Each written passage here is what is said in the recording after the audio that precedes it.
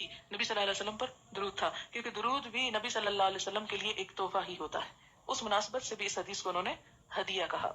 حدثنا ابراہیم بن حمزة الزبیری حدثنا ابن ابی حازم والدراوردی عن یزید عن عبد الله بن خباب عن ابی سعید الخدری قال قلنا یا رسول اللہ هذا السلام علیک فقد علمنا. ابو سعید خدری کہتے ہیں کہ ہم نے کہا اللہ کے رسول صلی اللہ علیہ وسلم یہ سلام جو ہے آپ پر وہ تو ہمیں پتہ چل گیا، اور وہ کیا ہے؟ التحیات للہ والصلوات والطیبات السلام علیک ایھا النبی. یہ کیوں ان کو خیال ہے؟ اس لیے کہ قرآن پاک میں آتا ہے نا ان اللہ وملائکۃ یصلون علی النبی یا ایھا الذین آمنوا صلوا علیہ وسلموا تسلیما. تو سلموا میں کیا ہے؟ سلام کرنا. ایک تو وہ سلام ہے جو صحابہ کرام حضور صلی اللہ علیہ وسلم کو ملاقات کے وقت کہتے تھے، اور ایک اس کے علاوہ خاص اس آیت کی روح سے سلام مراد تھا. تو اس کا طریقہ آپ نے بتا دیا تھا.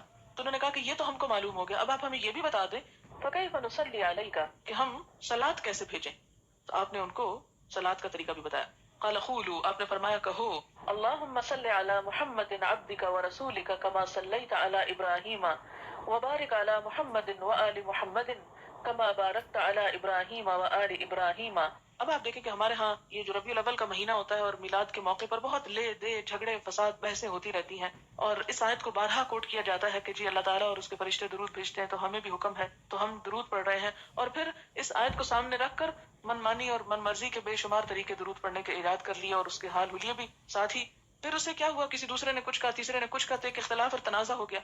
تو تنازع کے موقع پر ہمیں کیا حکم دیا گیا ہے؟ فَإِن تَنَازَعْتُمْ فِي شَيْءٍ کسی بھی معاملے میں جب تنازع ہو جائے تو کیا کرو؟ فَرُدُّوهُ إِلَى اللَّهِ وَالرَّسُولِ اللہ رسول کی طرف لوٹا جاؤ. تو رسول اللہ صلی اللہ علیہ وسلم کو صحابہ کرام نے خود پوچھا تھا کہ آپ کے اوپر سلام کا طریقہ تو ہم کو پتہ چل چکا، یہ بتائیے کہ ہم صلاۃ کیسے بھیجیں. تو اس کے جواب میں یہی درود آپ نے سکھائے. تو ہمیں بھی کیا کرنا چاہیے کہ اسی قسم کا درود جو ہے اس کو اختیار کرنا چاہیے، بجائے اس کے کہ ہم اور طریقوں میں زیادہ انوالو ہو جائیں. اس میں بھی حرج کوئی نہیں ہے اگر کوئی درود آپ کے اوپر پڑھا جا رہا ہے جس کے الفاظ خوبصورت ہو، لیکن اس کی حیثیت ایسے ہی ہوگی جیسے کوئی اپنی زبان میں نعت لکھتا ہے. نعت تو شعر ہوتے ہیں، اور یہ درود آپ ہی کی تعریف میں ایک نثر ہے.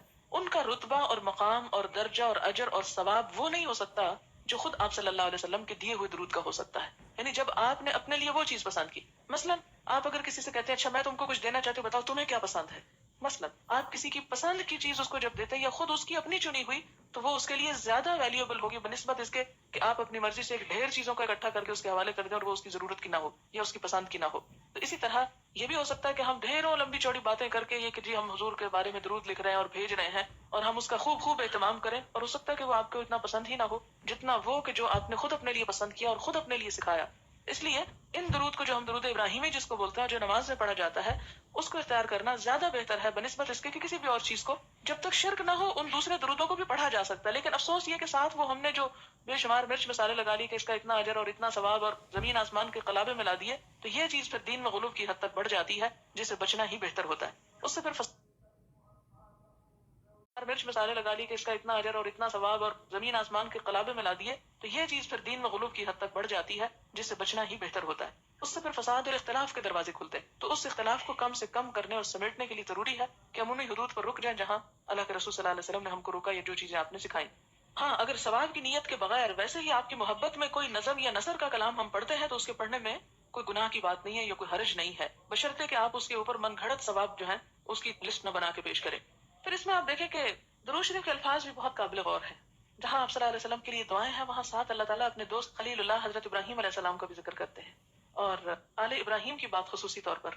آپ دیکھیں کہ آپ کے جو اولاد تھی حضرت اسماعیل اور پھر حضرت اسحاق علیہ السلام اور پھر ان کی یعقوب علیہ السلام سے جو بے شمار وہ نبی آئے ان کی امت میں، تو یہ نعمتیں یعنی دنیا میں کم ہی کسی کو ملی کہ کوئی شخص خود بھی نیک ہو، خود بھی اس کا رب کے ساتھ رشتہ ہو، اور پھر اس کی اولاد بھی اس کے راستے پر ہو، اور پھر اولاد کی اولاد اور نسلوں میں یہ کام جو نیکی کا ہے وہ پھیلتا چلا جائے. یہ اللہ تعالیٰ کی طرف سے بڑی سعادت اور بہت خوش قسمتی کی علامت ہے. اس لیے ابراہیم علیہ السلام کو بطور نمونہ پیش کیا جاتا ہے، اور قرآن پاک میں بھی کہا گیا کہ لقد کان لکم فی ابراہیم اسوۃ حسنہ، کہ ابراہیم علیہ السلام کی زندگی میں بھی تمہارے لیے بہترین نمونہ ہے. ظاہر ہے ان کی شریعت اور ان کے طریقے اور ان کی سنت تو ہمارے سامنے نہیں، پھر نمونہ کس چیز کا؟ ان کی جو اللہ کے ساتھ محبت تھی اور تعلق تھا وہ ہمارے لیے نمونہ ہے. اور جس طرح اللہ تعالیٰ نے ان کو ان کی اولاد میں نوازا اور ان کی قربانیوں کو قبول کیا، وہ ہمارے لیے نمونہ کہ اللہ کے راستے میں اگر کبھی کسی چیز کی قربانی کرنی پڑے تو انسان کو دل تنگ نہیں ہونا چاہیے، اس کی جزا اللہ کے پاس بہت بہترین ہے.